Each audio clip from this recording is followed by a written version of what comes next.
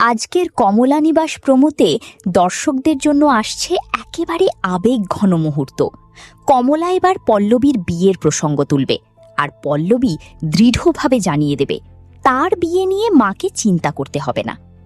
গল্পের শুরুতে দেখা যায় কমলা পল্লবীর সাথে বসে কথা বলছে। মা হিসেবে তার চিন্তা একটাই, পল্লবীর ভবিষ্যৎ। তাই সে বলে, এবার ঠাকুর যদি তোর ব্যাপারে একটু দেখত, বিয়ের কথা বললে। এই সংলাপেই ফুটে ওঠে মায়ের উদ্বেগ আর প্রত্যাশা। কিন্তু পল্লবী দৃঢ়ভাবে উত্তর দেয়, আমি কতবার বলেছি তোমাকে, আমার বিয়ে নিয়ে তোমাকে চিন্তা ভাবনা করতে হবে না। এই সংলাপেই প্রকাশ পায় পল্লবীর স্বাধীনতা আর আত্মবিশ্বাস। সে জানাতে চায় নিজের জীবনের সিদ্ধান্ত সে নিজেই নেবে। এই মুহূর্তে দর্শকদের মনে দ্বন্দ্ব তৈরি হয়।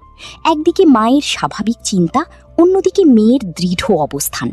গল্পে এই দ্বন্দ্বই নাটকীয়তা বাড়িয়ে দেয়। কমলা হয়তো মনে করে সমাজের চোখে বিয়ে একটি বড় নিরাপত্তা, কিন্তু পল্লবী মনে করে তার জীবনের পথ সে নিজেই তৈরি করবে। এই সংঘর্ষই গল্পের নতুন মাত্রা যোগ করছে। আগামী পর্বে দর্শকরা দেখতে পাবেন কমলা কি সত্যিই পল্লবীর সিদ্ধান্তকে সম্মান করবে, নাকি আবারও বিয়ের প্রসঙ্গ তুলবে। আর পল্লবী কি তার স্বাধীনতা ধরে রাখতে পারবে, নাকি পরিবারের চাপ তাকে অন্য পথে নিয়ে যাবে। এই এপিসোডে আবেগ, দ্বন্দ্ব আর সম্পর্কের বাস্তব ছবি একসাথে এসেছে। মা মেয়ের কথোপকথন দর্শকদের মনে বাস্তব জীবনের প্রতিচ্ছবি তুলে ধরেছে। দর্শকরা বলছেন এই প্রমোতে পল্লবীর সংলাপ ছিল একেবারে শক্তিশালী।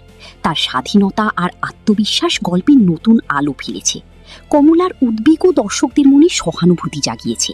এখন সবাই অপেক্ষায় আছে আগামী পর্বে মা মেয়ের সম্পর্ক কোন পথে যাবে।